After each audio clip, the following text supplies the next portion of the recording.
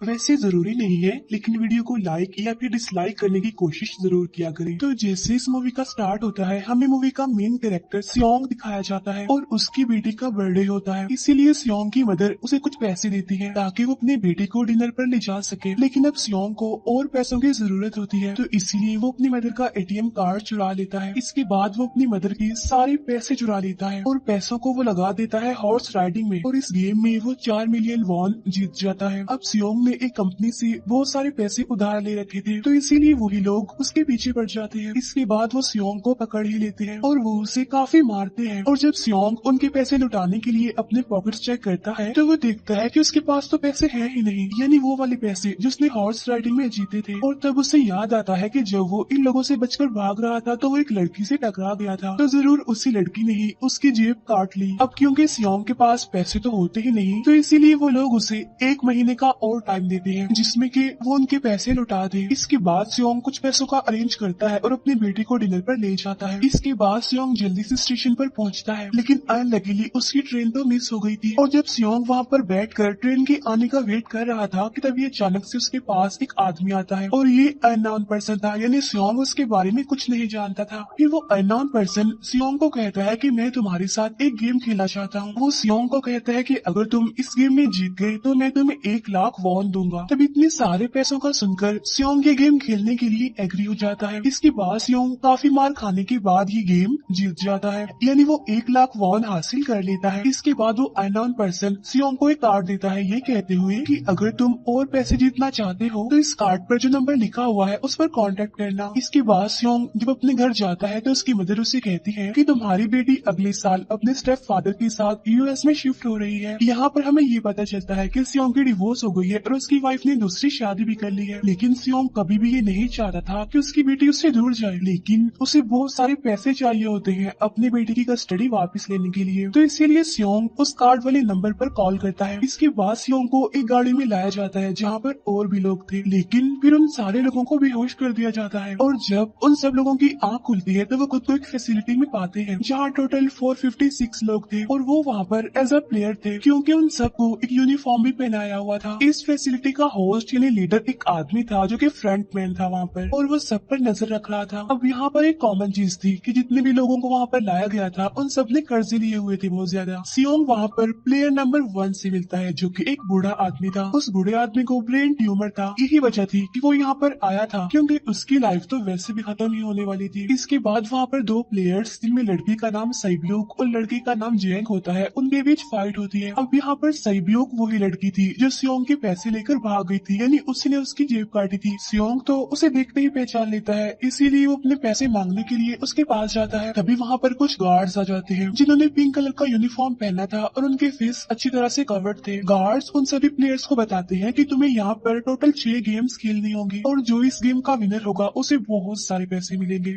इसके बाद उन सबसे एक कॉन्ट्रैक्ट पर साइन करवाया जाता है और इस कॉन्ट्रैक्ट के 3 मेन रूल्स थे। पहला रूल ये कि कोई भी प्लेयर अपनी मर्जी से गेम को छोड़कर नहीं जा सकता। दूसरा रूल ये होता है कि जो भी प्लेयर खेलने से मना करेगा तो उस प्लेयर को एलिमिनेट कर दिया जाएगा, और उनके मुताबिक एलिमिनेट का मतलब क्या था ये तो हम आगे ही जानेंगे। गेम का तीसरा रूल ये था कि अगर मेजोरिटी इस गेम को खेलना नहीं चाहती तो वो इस गेम को छोड़कर जा सकते हैं। इसके बाद उन सबको गेम के लिए ले जाया जाता है। अब यहाँ पर सियोंग अपने क्लासमेट सैंगवू से भी मिलता है जो कि उसे बचपन से जानता था। सियोंग उसे वहाँ पर देखकर काफी हैरान होता है क्योंकि वो तो किसी बिजनेस के लिए आउट ऑफ कंट्री चला गया था। अब पहले गेम के लिए वहाँ पर एक काफी बड़ी डॉल थी और इस गेम का रूल काफी सिंपल था, और वो ये था कि डॉल जब भी गाना गाएगी उन सबको आगे बढ़ना है, और जैसे ही वो गाना गाना बंद करेगी तो उन सबको रुक जाना है और मूव नहीं करना है, और अगर कोई हिल गया तो उसे एलिमिनेट कर दिया जाएगा। अब स्टार्टिंग में तो ये सब कुछ उन्हें किसी प्रैंक की तरह लग रहा था, लेकिन जब एक लड़का हिल जाता है तो उसे शूट करके मार दिया जाता है, और यही होता है एलिमिनेट का मतलब, यानी उन्हें मार दिया जाएगा। अब ये देखकर वो सारे लोग काफी घबरा जाते हैं और उन्हें पता चल चुका था कि वो खतरे में है, इसीलिए लोग डरते हुए पैनिक करते हुए इधर उधर भागने लगते हैं। लेकिन अब क्योंकि गेम का रूल था इसीलिए जो भी हिलता है उसे मार दिया जाता है और जितने भी सर्वाइवर होते हैं वो किसी न किसी तरह इस गेम को कंप्लीट कर ही लेते हैं। लेकिन जो लोग मर जाते हैं उनकी डेड बॉडीज को वहाँ से ले जाया जाता है और अब 456 प्लेयर्स में से सिर्फ 255 ही रह गए थे। अब क्योंकि वो सारे प्लेयर्स इतना ज्यादा डर जाते हैं कि अब कोई भी गेम खेलना नहीं चाहता था। लेकिन जैसा कि रूल नंबर 3 था कि अगर मेजोरिटी चाहे तो वो ये गेम स्किप कर सकती है, तो इसीलिए उनका लीडर यानी फ्रंटमैन वोटिंग करवाता है। लेकिन इससे पहले उन्हें प्राइज मनी दिखाई जाती है यानी जो विनर को मिलेगी। लेकिन इन केस अगर कोई गेम को छोड़कर चला जाएगा तो ये सारे पैसे मरे हुए प्लेयर्स की फैमिलीज को मिल जाएंगे और ये prize money total 45 billion won होती है। इसके बाद वोटिंग करवाई जाती है जिसमें मेजोरिटी इस गेम को खेलना नहीं चाहती थी, तो इसीलिए गेम को यहीं पर स्टॉप कर दिया जाता है। लेकिन अगर कभी फ्यूचर में वो लोग चाहें तो इस गेम को रीज्वाइन कर सकते हैं। इसके बाद सभी लोगों को उनके घरों पर छोड़ दिया जाता है। नेक्स्ट डे सियोंग पुलिस स्टेशन जाता है और वहाँ पर वो पुलिस को सारी बात बता देता है, लेकिन उन लोगों को सियोंग की बातों पर यकीन नहीं होता और उल्टा वो लोग उसे पागल समझने लग जाते हैं। इसके बाद सियोंग उन्हें वही वाला कार्ड दिखाता है, लेकिन हैरान कर देने वाली बात तो ये है कि उस पर जो नंबर था वो रॉन्ग था। इसके बाद सियोंग जब घर जाता है तो उसकी मदर वहाँ पर नहीं होती। उधर सियोंग का क्लासमेट सेंगू अपनी मदर को छुपकर देख रहा होता है और तभी वहाँ पर सियोंग भी आ जाता है। यहाँ पर सेंगू अपसेट होते हुए सियोंग को बताता है कि मेरे ऊपर 6 बिलियन का कर्ज है। वो बताता है कि मैंने क्लाइंट्स के पैसे लेकर स्टॉक मार्जिन में लगा दिए थे, लेकिन अनलकीली वो सारे पैसे डूब गए। और तभी सियोंग के पास हॉस्पिटल से कॉल आती है। सियोंग की मदर का पाँव काफी इंजर्ड था, लेकिन डायबिटीज का ट्रीटमेंट ना होने की वजह से उनकी चोट और ज्यादा बढ़ गई। तब डॉक्टर सियोंग को बताते हैं कि तुम्हारी मदर का ट्रीटमेंट हो सकता है, लेकिन इसके लिए हमें इनका पाँव काटना होगा। लेकिन इस ऑपरेशन में बहुत सारे पैसे लगने वाले थे, लेकिन जाहिर सी बात है सियोंग के पास इतने पैसे तो होते नहीं। इवन उसने तो अपनी मदर के इंश्योरेंस के पैसे भी उड़ा दिए थे। तब इसीलिए सियोंग पैसे मांगने के लिए अपनी वाइफ के पास जाता है, लेकिन उसकी वाइफ उसे पैसे देने से इनकार कर देती है। फिर उसकी वाइफ अपने हस्बैंड को बताती है कि सियोंग आया था पैसे मांगने के लिए और तभी उसका हस्बैंड सियोंग को पैसे देने आता है। साथ साथ उसे ये भी कहता है कि मेरी फैमिली से दूर रहो, लेकिन सियोंग उसे मारने लगता है और तभी उसकी बेटी भी वहाँ पर आ जाती है। इसके बाद सियोंग का एक फ्रेंड अपने बॉस के पास पैसे मांगने जाता है, लेकिन उसका बॉस उसे पैसे देने से मना कर देता है, तो इसीलिए उन दोनों के बीच फाइट होने लगती है। इस फाइट के दौरान उसके बॉस का हाथ मशीन में आ जाता है, तो मौके का फायदा उठाकर सियोंग का फ्रेंड पैसे लेकर वहाँ से भाग जाता है। फिर इसके बाद सियोंग का फ्रेंड अपने घर आकर अपनी वाइफ को कहता है कि पहली फ्लाइट लो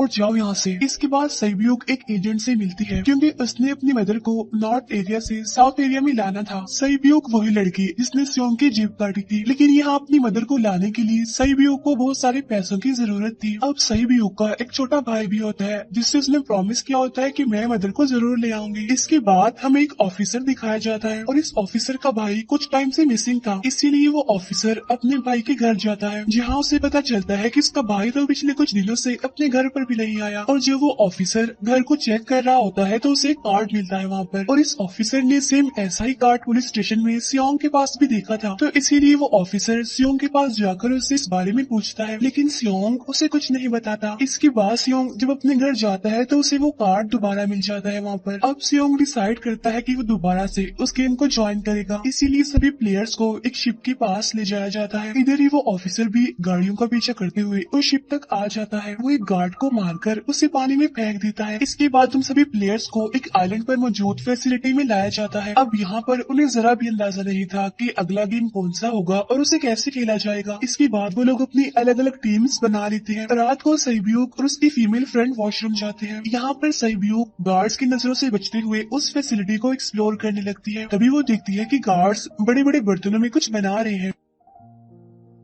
लेकिन अब क्योंकि गार्ड्स को शक हो जाता है तो ये गार्ड वॉशरूम्स को चेक करने के लिए आता है, लेकिन तब तक सईब्यूक वापस आ चुकी थी। इसके बाद सईब्यूक अपनी फीमेल फ्रेंड को सारी बात बता देती है जो उसने देखा था, लेकिन यहाँ पर सेंगू उन दोनों की बातें सुन लेता है और वो इस बारे में सईब्यूक से पूछता है, जिस पर सईब्यूक बताती है कि वो बड़े बड़े बर्तनों में कुछ पका रहे थे। इसके बाद उन सभी प्लेयर्स को प्ले ग्राउंड में लाया जाता है, जहाँ पर उनके सामने 4 शेप्स थी। 4 शेप्स में से उन्होंने किसी एक शेप को चूज करना था। अब यहाँ पर सेंगू को पता चल जाता है है कि गेम क्या है और क्या करना है हमें। सेंगवू सियोंग को बताता है कि सबने अलग अलग शेप्स को चुनना है। इसके बाद उन सभी को एक छोटा सा बर्तन दिया जाता है जिसमें की शेप्स बनी होती है। अब गेम उनकी ये होती है कि उन्होंने किसी तरह उस शेप को बाहर निकालना है बगैर डैमेज किए, लेकिन अगर शेप जरा से भी खराब हो गई तो उन्हें एलिमिनेट कर दिया जाएगा, यानी मार दिया जाएगा। अब यहाँ पर सेंगवू तो इजिली उस शेप को निकाल लेता है, लेकिन सियोंग इतना ज्यादा घबरा जाता है कि उसकी हालत खराब होने लगती है, लेकिन फिर वो किसी न किसी तरह करके इस गेम को भी जीत लेता है। इसके बाद उन सबको वापिस से रूम में लाया जाता है। अब यहाँ पर 187 प्लेयर्स वापिस आए थे, जिनमें से अब सिर्फ 108 ही रह गए थे। इसके बाद उन सबको खाने के लिए ले जाया जाता है, लेकिन खाने की वजह से जैंग की एक लड़के से फाइट हो जाती है, जहाँ पर जैंग उस लड़के को इतना ज्यादा मारता है कि वो मौके पर ही मर जाता है। इधर ही हम देखते हैं कि उन प्लेयर्स में से एक डॉक्टर होता है जो गार्ड्स के साथ मिलकर मरे हुए लोगों के ऑर्गन्स निकाल कर उन्हें चाइनीज को बेचने का काम करता है। इसीलिए जब भी डेड बॉडीज को ले जाया जाता है तो वो डेड बॉडीज को गायब कर लेते हैं, क्योंकि ये सब कुछ एक प्लान के अकॉर्डिंग चल रहा था, क्योंकि ये सारा कुछ फ्रंट मैन से छुपकर हो रहा था। यही वजह थी कि कंट्रोल रूम में भी उन्होंने अपना ही एक आदमी बिठाया हुआ था जो कि उन लोगों की सारी वीडियो फुटेज डिलीट कर देता था, और गार्ड्स तो डॉक्टर को गेम के बारे में पहले ही बता देते थे ताकि वो सरवाइव कर सके। यहाँ पर एक गार्ड उसी प्लेयर डॉक्टर को बताता है कि आज हमने प्लेयर्स को जानबूझकर खाना कम दिया है ताकि वो आपस में लड़ने लगे, जिससे होगा ये कि सारे वीक प्लेयर्स गेम से आउट हो जाएंगे। साथ ही गार्ड डॉक्टर को अपनी अगली गेम के बारे में बता देता है। अब 30 मिनट के बाद वहाँ पर लाइट्स ऑफ होने वाली थी। अब यहाँ पर सेंगवू को पता था कि सियोंग की टीम जरूर कोई उल्टा काम करेगी, इसीलिए वो उस टीम को अपने पास बुलाकर उन्हें रिलैक्स रहने के लिए कहता है। उधर वो जो डॉक्टर प्लेयर होता है वो जैंग की टीम में शामिल हो जाता है। यहाँ पर डॉक्टर जैंग को बता देता है कि अगला गेम क्या होने वाला है। इसके बाद लाइट्स ऑफ हो जाती है और जैंग अपनी टीम के साथ मिलकर बाकी सभी को मारने लगता है। जैंग एक लड़की को मारकर सैबियो को मारने जाता है, लेकिन तभी सियोंग उससे बचा लेता है। इसके बाद गार्ड्स वहाँ पर आकर उन सभी को रोक लेते हैं और अब टोटल 80 लोग रह गए थे। इसके बाद उन सभी को तीसरे गेम के लिए ले जाया जाता है और यहाँ पर उन्हें 10-10 प्लेयर्स की एक टीम बनाने के लिए कहा जाता है, और वो लोग ऐसा ही करते हैं, अपनी अपनी टीम बना लेते हैं। अब क्योंकि जैंग को अगली गेम के बारे में पहले ही पता होता है, इसीलिए वो सैबियो की फीमेल फ्रेंड को अपनी टीम में नहीं रखता और वो अपनी टीम में सिर्फ मर्दों को ही रखता है। इसके बाद सेंगवू भी अपनी एक टीम बना लेता है। अब क्योंकि उन्हें एक प्लेयर की जरूरत थी तो इसीलिए सैबियो की फीमेल फ्रेंड उनके टीम में शामिल हो जाती है, और ये गेम असल में टग ऑफ वॉर का होता है, यानी उन्होंने अपने सामने वाली टीम को नीचे गिराना था। इसके बाद गेम स्टार्ट हो जाती है और जैंग की गेम बड़ी आसानी से इस गेम को जीत लेती है। इसके बाद बारी होती है सेंगवू की टीम की। तब प्लेयर नंबर 1 यानी वो बूढ़ा आदमी कहता है कि मैंने अपनी जिंदगी में बहुत सारी टग ऑफ वॉर खेल रखी है, इसीलिए उन सबको गाइड करता है कि इस गेम को कैसे जीतना है।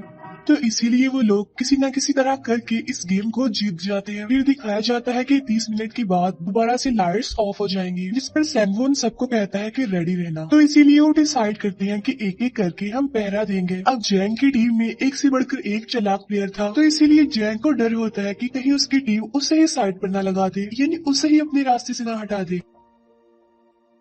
दूसरी तरफ डॉक्टर और गार्ड्स मिलकर डेड बॉडी की ऑर्गन्स निकाल रहे होते हैं और इन ऑर्गन्स को डिलीवर करने जाना था गार्ड नंबर 28 एंड 29। तो वो सभी एक डेड बॉडी के बारे में बातें करने लगती हैं जिसकी सिर्फ एक किडनी थी और वो उसे ज़ॉम्बी कह रहे थे। अब यहाँ पर जो गार्ड नंबर 29 था, यानी जिसने वो ऑर्गन्स डिलीवर करने जाने थे, वो कोई और नहीं बल्कि वो ऑफिसर था जो गार्ड के बेस में वहाँ पर आया था, और ये सब बातें सुनकर उसे शक होता है कि शायद ये लोग मेरे भाई की बात कर रहे हैं क्योंकि उसकी भी एक ही किडनी थी। इसके बाद नंबर 28 और 29 यानी वो ऑफिसर ऑर्गन को डिलीवर करने के लिए चले जाते हैं। रास्ते में वो ऑफिसर नोटिस करता है कि टनल में तो बॉम्ब लगा हुआ है। तब नंबर 28 उसे बताता है कि जब हम यहाँ से बाहर निकलेंगे तो इस जगह को ब्लास्ट कर दिया जाएगा। अब यहाँ पर वो ऑफिसर नंबर 28 से और इन्फॉर्मेशन लेने की कोशिश करता है, इसीलिए नंबर 28 को उस पर डाउट होने लगता है, इसीलिए वो उस ऑफिसर को अपना फेस दिखाने के लिए कहता है। अब यहाँ पर वो ऑफिसर अपना फेस भी दिखा देता है, साथ साथ वो नंबर 28 पर गन पॉइंट भी कर देता है। साथ साथ वो ऑफिसर उससे एक किडनी वाले आदमी के बारे में पूछता है कि वो कौन है जिसे तुम ज़ॉम्बी कहते थे, जिस पर वो नंबर 28 उससे कहता है कि वो तो एक लड़की थी। अब यहाँ पर नंबर 28 उस ऑफिसर को कहता है कि तुम लीडर के रूम में जाकर सारी इन्फॉर्मेशन देख सकते हो, वहाँ पर सबका डाटा है। ये जानने के बाद वो ऑफिसर नंबर 28 को मार डालता है। उधर वो डॉक्टर गार्ड से अगले गेम के बारे में पूछता है, लेकिन इस बार गार्ड्स को भी अगली गेम के बारे में पता नहीं होता। तब इसीलिए डॉक्टर को गुस्सा आ जाता है और वो एक गार्ड को पकड़ लेता है और उनकी फाइट होने लगती है। इसी फाइट में डॉक्टर डॉक्टर उस गार्ड को मार कर वहाँ से भाग जाता है। इसके बाद एक गार्ड भी उसका पीछा करता है और वो दोनों प्लेग्राउंड में आ जाते हैं। यहाँ पर गार्ड डॉक्टर को अपनी बातों में फंसा कर उसे मारने वाला होता है, लेकिन तभी लीडर यानी फ्रंटमैन आकर उसे मार डालता है और बाद में वो उस डॉक्टर को भी मार डालते हैं। साथ साथ इन्हीं वहीं पर नंबर 28 की डेड बॉडी भी मिल जाती है, जिससे इन्हें ये पता चल जाता है कि फैसिलिटी में कोई घुस गया है। उधर वो ऑफिसर लीडर यानी फ्रंटमैन के रूम तक पहुंच जाता है। तब वो चेक करते करते एक ऐसे रूम में जाता है जहाँ पर सबके रिकॉर्ड्स थे, और जब वो ऑफिसर रिकॉर्ड चेक कर रहा होता है तो उसे सभी विनर्स की एक लिस्ट मिलती है, जिसमें उसके भाई का भी नाम था, यानी वो भी कभी विनर था। उधर सभी प्लेयर्स को फोर्थ गेम के लिए ले जाया जाता है, जहाँ पर उन सबको अपना अपना पार्टनर चुनने के लिए कहा जाता है, और वो प्लेयर्स करते भी ऐसा ही है, अपना अपना पार्टनर चुन लेते हैं। सहयोग की फीमेल फ्रेंड भी अपना पार्टनर ढूंढने की कोशिश करती है, लेकिन कोई भी उसका पार्टनर बनने को तैयार ही नहीं था। इसके बाद सभी प्लेयर्स को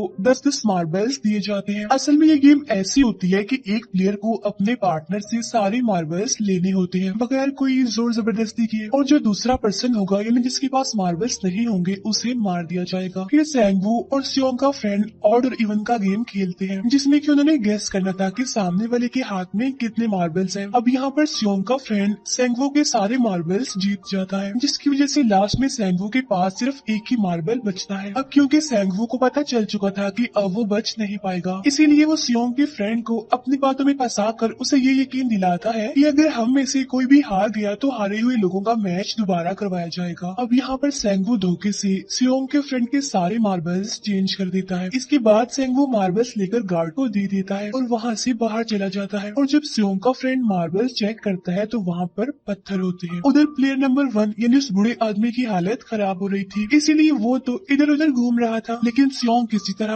उसे खेलने के लिए एग्री कर लेता है। अब यहाँ पर वो दोनों यानी वो बूढ़ा आदमी और सियोंग भी इवन आउट खेलते हैं। अब इनमें से वो बूढ़ा आदमी सियोंग के सारे मार्बल्स जीत जाता है, लेकिन लास्ट राउंड में वो बूढ़ा आदमी भूल जाता है कि उसने क्या चूज किया था। तो यहाँ पर सियोंग उसे बातों में फंसा कर उसके सारे मार्बल्स ले लेता है, लेकिन यकीन मानिए कि वो बूढ़ा आदमी काफी चालाक था। उसने एक मार्बल अपने पास ही रखा हुआ था और वो दोबारा से इधर उधर घूमने लगता है। अब यहाँ पर सियोंग उसे रिक्वेस्ट करता है कि प्लीज मेरे साथ एक और गेम खेलो ना। तब यहाँ पर वो बूढ़ा आदमी कहता है कि मुझे पता है कि तुमने सारे मार्बल्स धोखे से लिए हैं मुझसे। वो कहता है कि मुझे सब पता था, बस मैं पागल बनने की एक्टिंग कर रहा था। तब ये सुनकर सियोंग को उस पर तरस आ जाता है और वो उसे ही सारे मार्बल्स दे देता है। उसके बाद सैब्यूक और उसकी फीमेल फ्रेंड भी गेम खेल रहे होते हैं। उनकी गेम ये होती है कि जो मार्बल्स को दीवार की ज्यादा करीब फेंकेगा वही जीतेगा। पहले सैब्यूक अपने मार्बल्स फेंकती है, लेकिन जब सैब्यूक की फ्रेंड की बारी आती है तो वो अपने सारे मार्बल्स फेंक देती है। लेकिन जब सैब्यूक ये देख लेती है तो वो अपने फ्रेंड को दोबारा फेंकने के लिए कहती है, जिस पर उसकी फ्रेंड कहती है कि नहीं सैब्यूक, मैं बिल्कुल अकेली हूँ, मेरे पीछे तो कोई भी नहीं है, लेकिन अगर तुम्हें कुछ हो गया तो ये अच्छी बात नहीं है, तुम्हारे पीछे तुम्हारा छोटा भाई है, तुम्हारा वेट कर रहा है वो। और इसी वजह से सैब्यूक की फ्रेंड को मार दिया जाता है। इसके बाद उन सबकी डेड बॉडीज को वहाँ से ले जाया जाता है। इसके बाद वो सब वापिस से रूम में आ जाते हैं। यहाँ पर जैंग देखता है कि सैब्यूक की वो वाली फ्रेंड तो अभी तक जिंदा है, जो कि बड़ी आराम से बैठी हुई थी। अब यहाँ पर हमें पता चलता है कि सैब्यूक की ये वाली फ्रेंड जैंग की भी फ्रेंड थी, लेकिन अब क्योंकि उन दोनों के बीच किसी बात को लेकर क्लैश चल रहा था तो इसीलिए जैंग की वो फ्रेंड उसे बुली करने लगती है। इसके बाद फ्रंटमैन को एक डेड बॉडी के पास उस ऑफिसर का आईडी कार्ड मिल जाता है। तभी फ्रंटमैन को पता चलता है कि उसके सारे वीआईपीस आ चुके हैं, तो इसीलिए फ्रंटमैन उन्हें लेने के लिए चला जाता है। फिर सारे वीआईपीस को उनके रूम में लाया जाता है। इसके बाद फ्रंटमैन वीआईपीस के आने के बारे में एक और आदमी को जाकर बताता है, और यही आदमी मेन होता है। और ये कौन होता है हम ये आगे जानेंगे। फिर नेक्स्ट डे उन सबको 5वें गेम के लिए लाया जाता है, जहाँ पर 1 से लेकर 16 तक नंबर पड़े होते हैं, और वो सभी प्लेयर्स अपना अपना नंबर ले लेते हैं। नंबर का मतलब ये था कि जो नंबर भी एक प्लेयर पर आएगा उसके मुताबिक ही उसकी बारी आएगी। अब यहाँ पर लास्ट में पहला और आखिरी नंबर रह जाता है, यानी 1 और 16। तो यहाँ पर सियोंग कंफ्यूज हो जाता है कि उसे कौन सा नंबर चूज करना चाहिए। अगर उसने पहला नंबर लिया तो वो फंसेगा और मरेगा, क्योंकि उसे नहीं पता कि गेम क्या है। और अगर लास्ट नंबर लेगा तो क्या पता उसकी बारी ही ना आए, टाइम कम रह जाए। और तभी वहाँ पर एक आदमी आ जाता है और वो सियोंग को कहता है कि मुझे पहला नंबर चाहिए, क्योंकि मैं अपनी जिंदगी में कभी भी फर्स्ट नंबर पर नहीं आया। फिर इसके बाद उन्हें गेमिंग रूम में लाया जाता है। अब इस गेम का रूल ये होता है कि दिए हुए टाइम में उन्हें ब्रिज की दूसरी साइड पर जाना है। अब इसके बीच में दो तरह के ग्लास लगे होते हैं, एक तो होता है आम ग्लास और एक होता है टेम्पर्ड ग्लास। आम ग्लास पर पाँव रखते ही वो टूट जाएगा और वो लोग नीचे गिर जाएंगे। इसके बाद गेम स्टार्ट हो जाता है और वो लोग एक एक करके मरने लगते हैं। फिर एक टाइम ऐसा आता है जब जैंग सबके सामने होता है और वो आगे ही नहीं बढ़ रहा होता। अब उनके पास एक ही रास्ता था, या तो वो आगे जाए या सारे ही मर जाएं। और तभी जैंग के सामने उसकी वही फ्रेंड आ जाती है जो उसे बुली कर रही थी, और वो जैंग को कहती है कि मैंने तुम्हें कहा था कि जिस दिन तुमने मुझे धोखा दिया मैं तुम्हें मार दूंगी। इसके बाद वो जैंग को पकड़ लेती है और उसे लेकर नीचे कूद जाती है, जिसकी वजह से उन दोनों की मौत हो जाती है। अब वहाँ पर एक आदमी था जो कि ग्लास कंपनी में काम करता था और उसे पता था कि टेम्पर्ड ग्लास कौन सा है, लेकिन जब फ्रंट मैन को इस बात का पता चल जाता है तो वो लाइट्स ऑफ करवा देता है ताकि वो ग्लास को पहचान ही ना पाए। अब लास्ट में एक ही स्टेप बचता है और उनके पास तो टाइम ही नहीं था, इसीलिए सेंगवू उस आदमी को धक्का दे देता है। तो यहाँ पर सेंगवू, सियोंग और सैब्यूक ब्रिज को पार कर लेते हैं, लेकिन ग्लास टूटने की वजह से उन्हें काफी चोट लग जाती है, खास तौर पर सैब्यूक को। उधर उस ऑफिसर ने एक सर्वेंट को मारकर उसकी जगह खुद ले ली थी। अब एक वीआईपी को उस ऑफिसर पर शक होता है और वो उसे कहता है कि अपना मास्क रिमूव करो, लेकिन वो ऑफिसर कहता है कि ठीक है, लेकिन मैं अंदर जाकर अपना मास्क रिमूव करूंगा। इसके बाद वो ऑफिसर उस वीआईपी को लेकर अंदर चला जाता है। अंदर जाकर वो ऑफिसर उस वीआईपी को बेहोश कर देता है और इस बात का पता फ्रंट मैन को चल जाता है, इसीलिए फ्रंट मैन उसके पीछे जाता है और वो उस ऑफिसर को देख लेता है, इसीलिए वो ऑफिसर वहाँ से भागकर आइलैंड पर आ जाता है। फ्रंट मैन भी उसका पीछा करते हुए वहाँ पर आ जाता है। अब यहाँ पर वो ऑफिसर अपने सीनियर्स को कॉल करने की कोशिश करता है, लेकिन कॉल कट हो जाती है। फिर वो ऑफिसर उन्हें सारे सबूत भेजता है, लेकिन वहाँ पर नेटवर्क नहीं था। इसके बाद फ्रंट मैन ऑफिसर को पकड़ लेता है और उसे उनके साथ चलने के लिए कहता है, लेकिन वो ऑफिसर तो उस फ्रंट मैन पर गोली चला देता है। इसके बाद फ्रंट मैन अपना मास्क उतार देता है तो वो ऑफिसर देखता है कि वहाँ पर कोई और नहीं बल्कि उसका अपना भाई है वो। इसके बाद ऑफिसर का भाई यानी फ्रंट मैन उसे शूट कर देता है और वो जाकर पानी में गिरता है। उधर ग्लास लगने की वजह से सैब्यूक काफी इंजर्ड हो गई थी और उसका बहुत सारा खून भी बह रहा होता है। इसके बाद तीनों सर्वाइवर्स को